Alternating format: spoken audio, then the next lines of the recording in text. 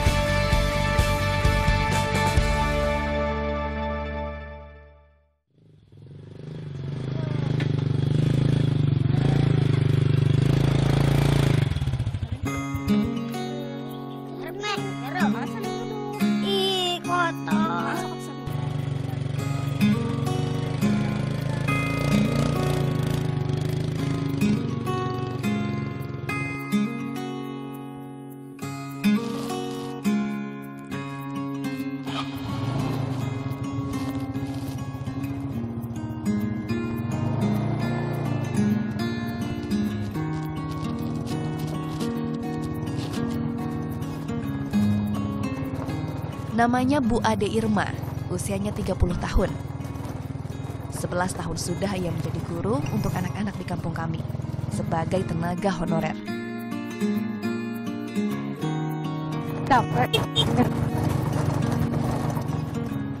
Sempat 4 tahun ia menetap di kampung kami, namun pindah karena ikuti suami. Tapi, ia tetap pilih mengajar di sekolah kami, meski harus pulang pergi 12 km setiap hari.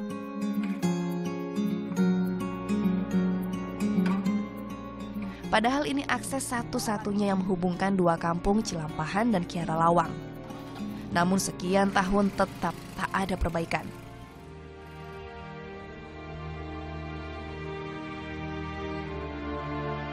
Wow, bismillahirrahmanirrahim. Aduh.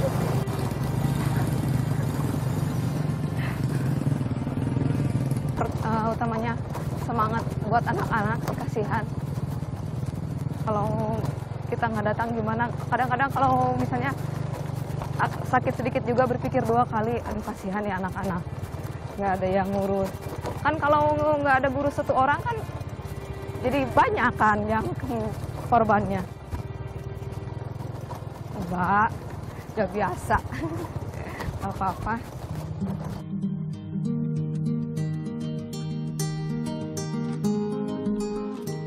Rerimbunan pohon karet menjadi tirai cerita kampung kami bermula. Kampung Cilampahan, Desa Sumberjaya, Kecamatan Tegal Bulet, Kabupaten Sukabumi, Jawa Barat. Dari pusat Kabupaten Sukabumi dapat menempuh waktu hingga 4 jam untuk ke sini. Soal perkembangan, jelas jauh berbeda. Hanya segelintir yang mau mengabdi demi mengawal kemajuan kampung kami. Sebagian warga bekerja di perkebunan karet milik perusahaan. Tapi kebanyakan berprofesi sebagai petani dan pembuat gula merah.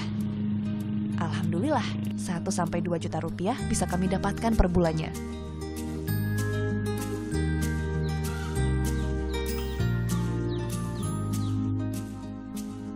Namun cemas menyelimputiku karena pendidikan tinggi belum jadi orientasi warga.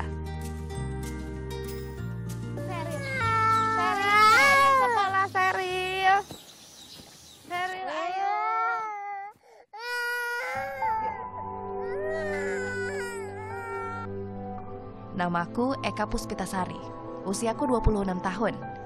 Putraku namanya Ma'wa Triamung Praharja. Panggil saja Awa, usianya masih 3 tahun. Kami akan berangkat ke sekolah tak jauh dari rumah.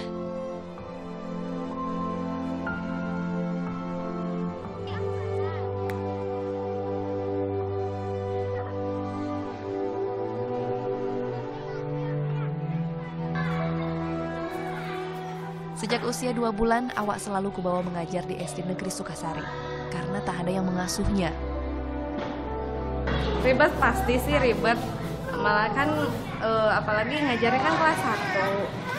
Kan anak-anak kelas 1 kan masih kanak-kanak banget. Jadi, Betul kan, rewel. Ada 76 siswa kami di sini. Sama dengan Bu Ade, aku pun tenaga honorer. Sudah 6 tahun aku mengajar. Siswa-siswa kami jarang bertemu orang tua mereka. Saat berangkat dan pulang sekolah, orang tua sedang menyadap pohon kelapa. Satu kan jadi? Iya, baca. Alhasil banyak siswa yang belum bisa membaca karena tak ada yang membimbing di rumah.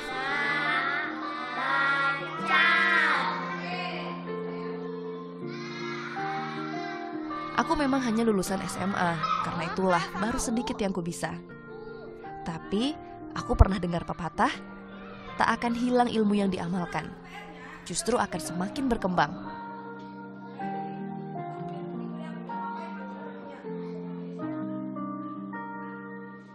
Sedangkan Bu Ade, ia lulusan sarjana pendidikan guru sekolah dasar. Dulu kan saya sekolahnya di Cianjur. Karena kekurangan guru, ya dari dulu memang nggak ada siswa guru.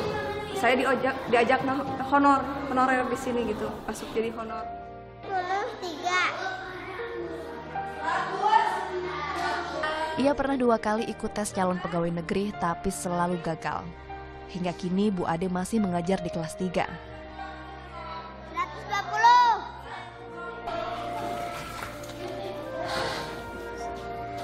Honor kami setiap bulan sama, Rp300.000. Sebagai sarjana, awalnya Bu Ade masih mendapatkan tunjangan guru daerah terpencil. Namun sejak Sukabumi melepaskan status sebagai daerah terpencil pada Januari lalu, tunjangan itu pun hilang. Tawa. Kalau mengenai kita penyediaan tenaga honorer, itu hanya kesanggupan sekolah ya untuk membayar honornya.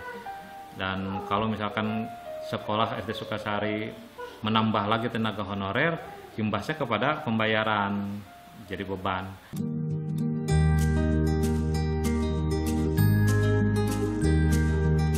Idealnya satu guru PNS memegang 20 siswa. Tapi apa daya, hanya ada satu guru PNS dengan 3 guru bantu. Apapun itu, sebagai guru tugas kami hanya satu, menularkan kebaikan lewat ilmu.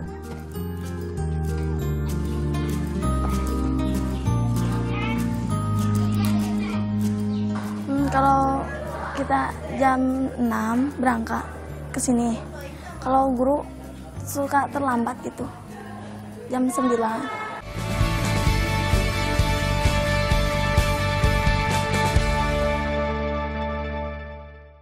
Bira sujud anak king ka indung, mangga bagir sungkem halaneng. Buat apa sekolah tinggi kalau hasilnya di dapur juga? Ungkapan ini sering kali sampai ke telinga. Tak jarang banyak siswaku yang akhirnya menikah muda. Doa nak mudah-mudahan rumah tangga abdi.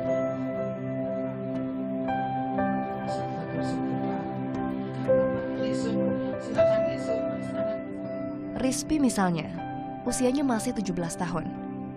Ia adalah salah satu siswa terbaikku dulu. Selepas SMP, ia memutuskan lanjut ke pesantren. Tak lama, menikah pun jadi pilihan. Mungkin udah takdirnya begini ya, harus diapain.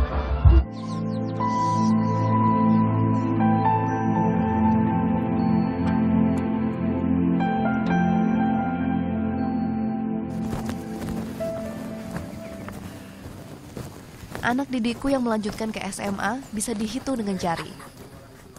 Ini masih jadi pekerjaan rumah kami. Menanamkan bibit semangat bersekolah tinggi sejak dini. Alhamdulillah, sekitar 5 tahun belakangan jalur ke SMP mulai terbuka. Angka menikah dini pun perlahan bisa ditekan dari lulusan SD menjadi lulusan SMP. Salah satu SMP terdekat berada di Desa Cibitung, Kecamatan Cibitung, Kabupaten Sukabumi. Jaraknya sekitar 6 km dengan menyeberang Sungai Cikaso.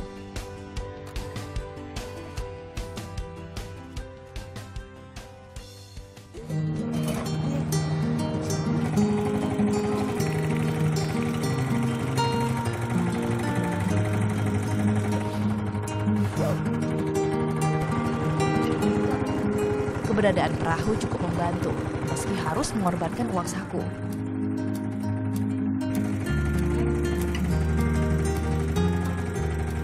Saat kemarau tiba, sungai justru meluap.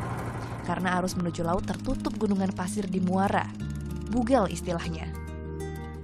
Saat itu terjadi, sekolah pun terpaksa diliburkan.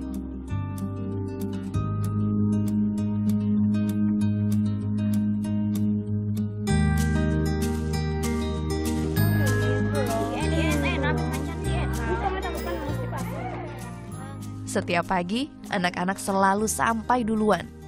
Belum ada guru yang datang. Kalau kita jam 6 berangkat ke sini. Kalau guru suka terlambat gitu. Jam 9. Ya, bentang alam juga menjadi tantangan para guru setiap hari. Jika hujan, mereka pun harus memutar haluan. Tak ada pelajaran.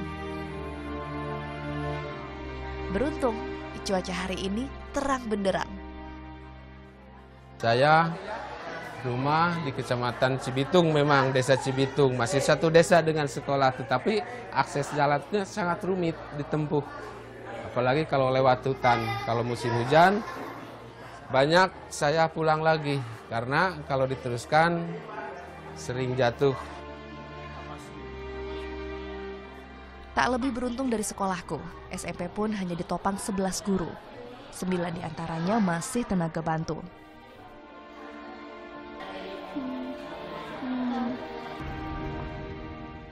Ya, guru ibarat roda, terus berputar tanpa jeda hingga mengantar ke gerbang cita-cita siswa.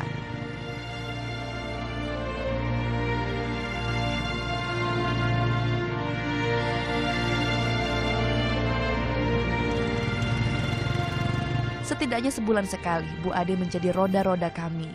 Belanja bantuan operasional sekolah atau BOS untuk kebutuhan siswa.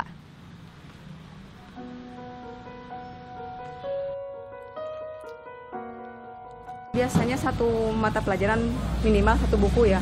Kadang-kadang anak suka disatuin. Mau buku matematika, IPA, IPS, kok disatuin. Seperti itu. Kalau misalnya, apalagi kelas 1, Bu pensilnya hilang. Kita ngasih seperti itu. Kan kalau anak kelas 1, kalau hilang nangis. Alat tulis bagi siswa-siswa kami bak barang langka. Mau membelinya berarti harus menerobos jalur perkebunan. Jadi mereka kalau mau beli buku tulis ke daerah sini, ke Surade, kalau enggak ke Cinagen, mencapai 2 jaman. Bagi kami tak ada upah yang senilai semangat siswa. Tak ada penat yang sebanding tawa mereka.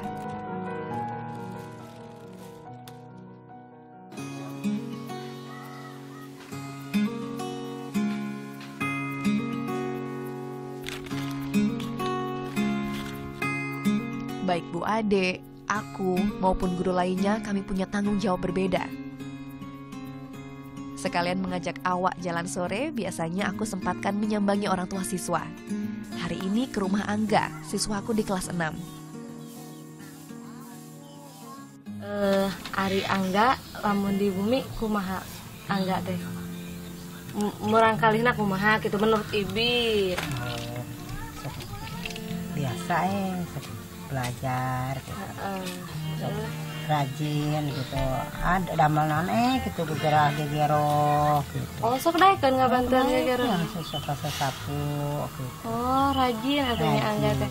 Tak lama lagi, Angga menghadapi ujian kelulusan. Para guru khawatir karena semangat belajarnya menurun di kelas. Kalau kelas 6 kan menghadapi ujian tuh ya.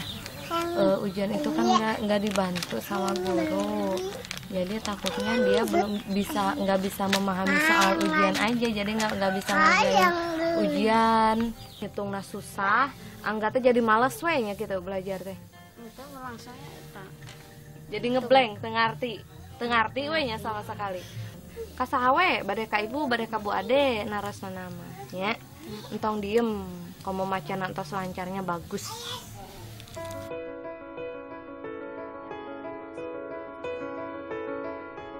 Aku tak ingin memaksa mereka menjadi yang kami mau. Mau jadi apapun tak masalah. Yang penting profesi halal dan membawa bekal ilmu pengetahuan.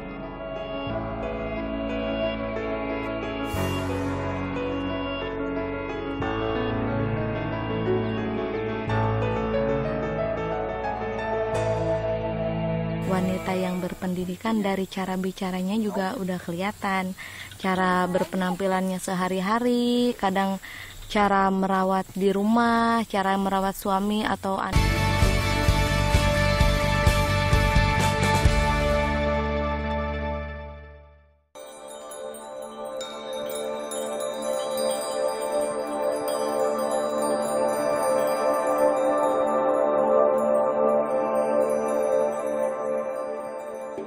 Musim ini hama makin banyak menyerang sawahku. Alamat padi yang dihasilkan akan jauh dari harapan.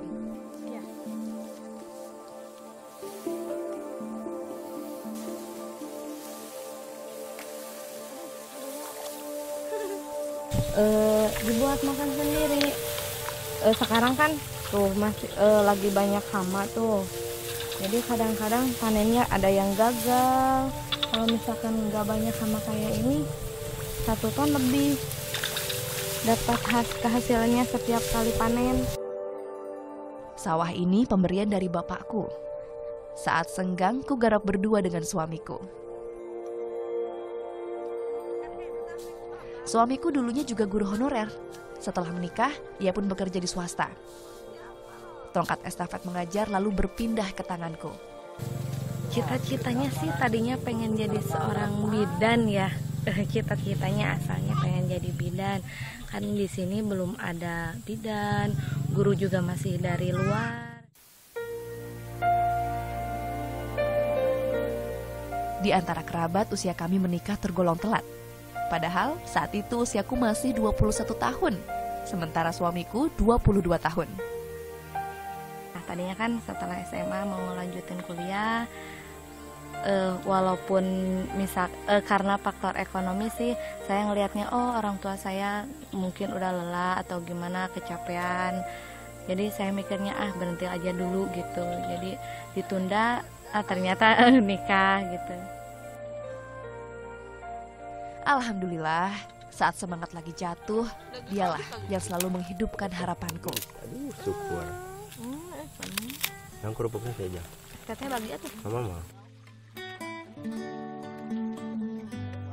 Guruku dulu pernah berkata, ibu yang cerdas akan melahirkan generasi yang cerdas pula. Ini yang selalu menjadi pedomanku. Wanita yang berpendidikan dari cara bicaranya juga udah kelihatan. Cara berpenampilannya sehari-hari, kadang cara merawat di rumah, cara merawat suami atau anak keluarga aja. Termasuk sikap ke orang tua juga kayak gimana kan, namanya juga kan pasti dididik.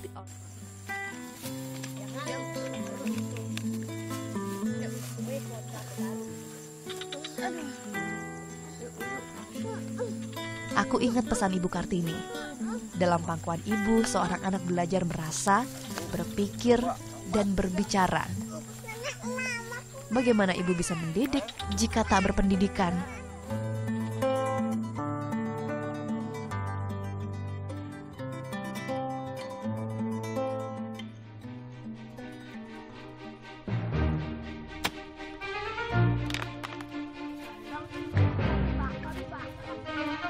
Anak-anak kami tumbuh dan besar di lumbung padi negeri ini.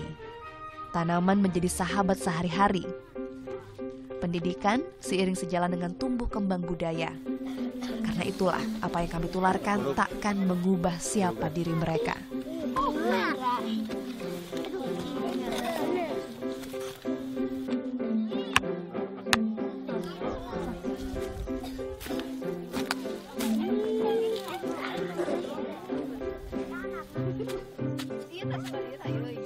Soalnya kan di sini wilayahnya perkampungan, jadi wilayah pertanian begitu ya, belajar sedikit-sedikit. Nanti kalau sudah ke keluarga ya udah ke masyarakat ya mungkin bisa diresesikan di keluarganya masing-masing. Anak-anak, kalian tahu ini pohon apa? Apa? Biasa kita tanam ya, ini udah banyak. Kalian tahu apa saja yang biasa digunakan dari ponsel HP ini? Apa yang bisa kita gunakan? Sebenarnya kami tak lebih pandai dari mereka. Soal menanam pisang dan kelapa, anak-anak lebih terampil dan terlatih. Tugas kami hanyalah menanamkan kebanggaan pada apa yang mereka miliki. Ambil apa namanya? Airnya, apa namanya airnya itu? Lahang kalau di kita. Semir, nah, ya. Itu artinya. Santan. Bikin gula merah. Senang karena dapat lebih mengetahui tentang cara menanam. Bertanam mampu meleburkan kami, belajar tentang arti bahagia. Meski hanya dari setandan pisang, buah dari tunas yang kita tanam sendiri.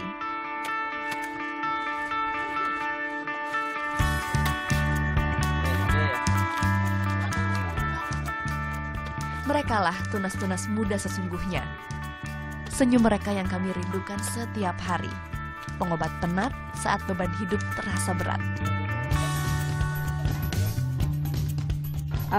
Saya ingin ada satu orang atau bahkan semuanya lah menjadi lebih baik, menjadi sukses dari daerah sini seperti itu.